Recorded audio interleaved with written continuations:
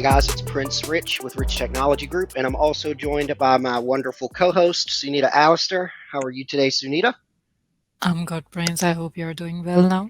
I'm doing better. I was actually sick for about 2 weeks, so for those of you who frequent the channel and you were wondering, hey, where were all the videos for the last week, week and a half? Now you know. But I am back. I'm not quite 100%, but I'm enough to do videos for you guys, and I'm glad to be here. So, in today's industry news, Sunita, I want to talk about some very interesting news. It's kind of old news, but now it's finally come to pass.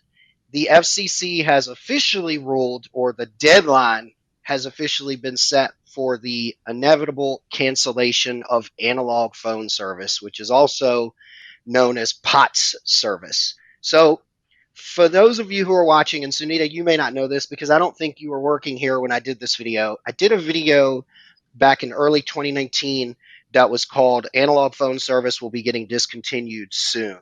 Um, in that video, I basically talked about how I had heard rumors from companies such as Verizon, Comcast, and some of the other big CLECs that were basically saying that voice over IP has become the new standard. Everybody's switching to UCAS or to CCAS, and that inevitably they were going to be completely discontinuing analog phone services.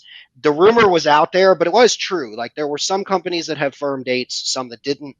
But now the FCC, which also stands for Federal Communications Commission, has officially set a date of the basically the cancellation of analog phone service by August the 2nd of this year, 2022. Um, what are your thoughts on this, or had you heard anything about this, or do you have any questions on this before I elaborate a little bit into what I know, what I think is going to transpire as this gets closer to the Well, deadline? yeah, to be very honest, it just caught me by surprise because I wasn't expecting something like that to happen. Like suddenly, that they are just canceling everything. But by the way, are they going to cancel every analog phone, like all the landlines, and how it's going to work? So here's here's what I think. I think that most of the big CLECs like Verizon, Spectrum, Comcast, man, help me out here. Who are some of the others? AT&T. Yeah, AT&T, Optimum, all of those guys. I think they've been wanting the rumors or the information that I heard, and I had heard this back in 2019, was basically this. As you already know, because you work with customers on a daily basis every day that are looking at voice over IP and many that are trying to switch from analog phone services. So you already know for those customers, there's a big savings in there. There's usually a significant savings moving from analog lines to voice over IP. True. There's also savings for the teleco companies because many providers are not, because everybody's switching to UCAS, to voice over IP. The thing that is happening on the provider side is these guys are spending a ton of money to maintain old infrastructure like telephone poles, telephone lines, the analog phone lines that go under the ground, the CO locations that have the millions of POTS lines of analog phone numbers and all that. They're still having to spend millions, if not hundreds of millions of dollars to maintain a service that people are moving away from. So that's culprit number one is they don't want to maintain it anymore because there's simply no money in it with everybody going to UCAS, to voice over IP services.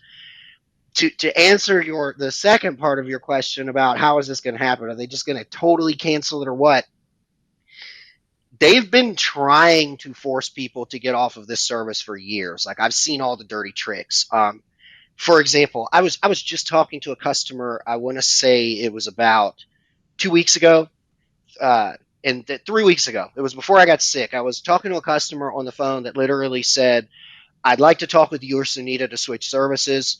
My provider, and I won't mention who the provider is, my provider just like quadrupled my bill like almost overnight. And when I asked him about it, he said that his bill had always historically for the last 2 or 3 years been $80 a month. And then at Hmm. the start of January the 1st of this year, he was saying they just raised it to like $400. I think he said it was like $397 just like that. Is that legal? kind of, but not really.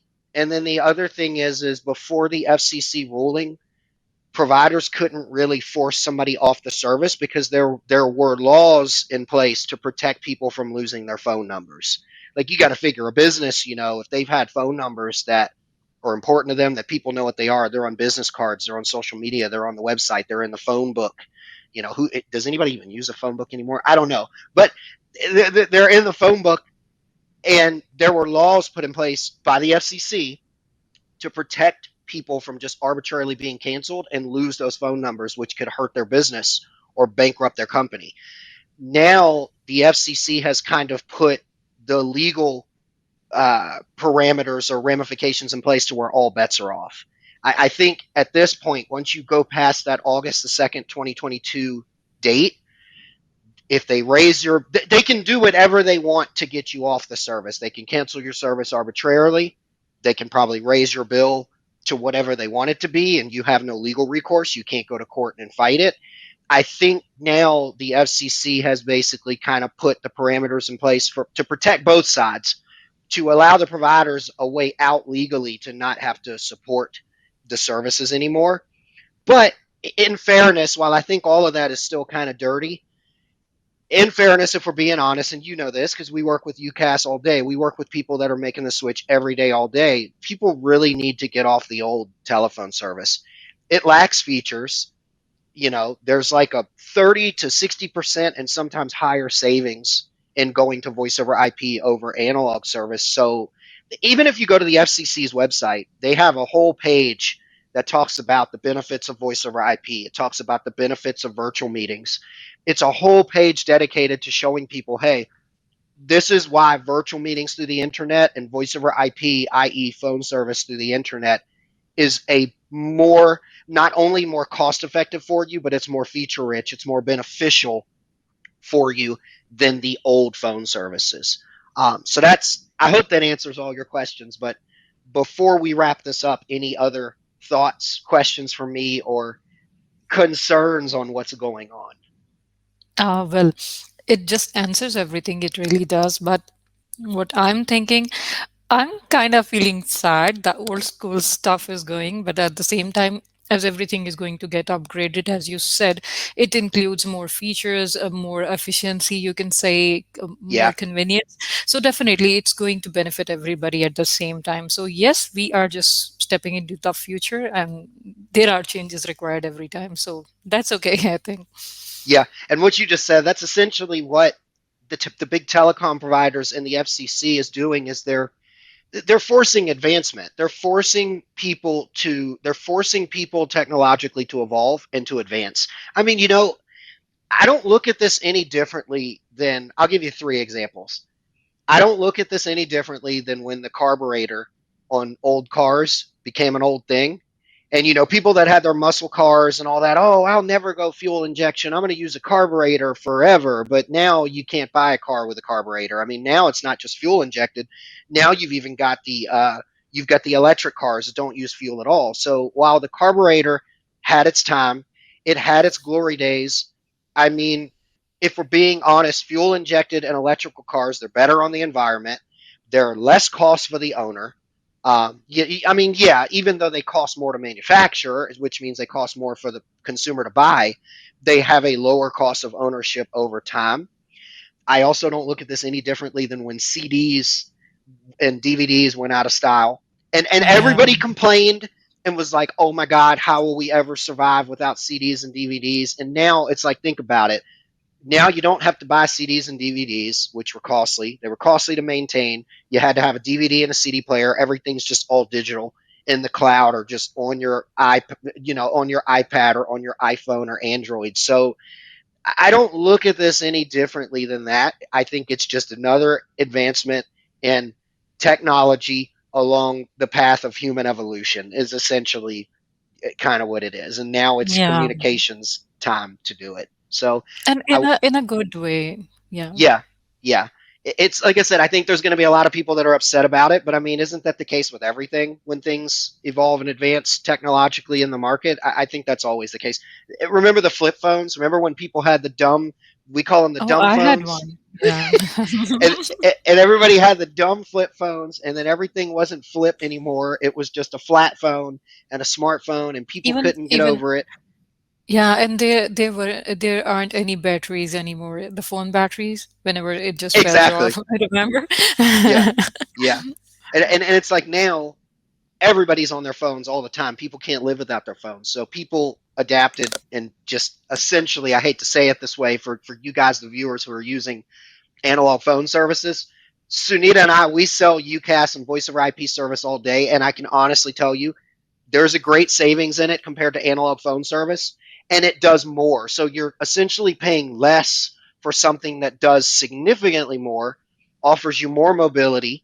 I think this was a good time too for the FCC to make the ruling because of everything that happened with COVID-19 and people needing to work mobilely and be able to work remotely. It just made sense to kind of say, okay, now that people have been forced in the market to work remotely and mobilely and figure out how to disconnect and still stay connected virtually, it's a good time to force people to get off that old technology and get on the new technology that's what it essentially does. So, Yeah. so any other closing thoughts before I say one more thing before we close out? Well, I'm just looking forward to it as it's like, that just Jetsons, remember those cartoons? So everything is just evolving. So we are just getting Exactly. virtual. So that's different. I was the saddest person on planet when they just, stopped the trend of getting the CDs and playing them on the TVs and the cars. But now I'm very happy because it's just one click away. YouTube, your Netflix, and everything. You can just have the Wi-Fi and the TV connected. So yeah, Exactly. change is always better. Yeah. I mean, with technology, people always get mad when it changes, and then they get over it, and then they get used to it. And then they do it all Yeah. over again in the next 5 to 10 years when it evolves again or something like that. So, As humans, we don't like changes, but they are necessary at the same time. yeah, yeah. And the final thing I want to say about that, Sunita, is I am excited about it, but I am also nervous. We are going to get very busy. I mean, you and I have stayed really busy, especially after the pandemic, with True. people needing Yeah. phone systems that allow mobility and for their staff to communicate remotely.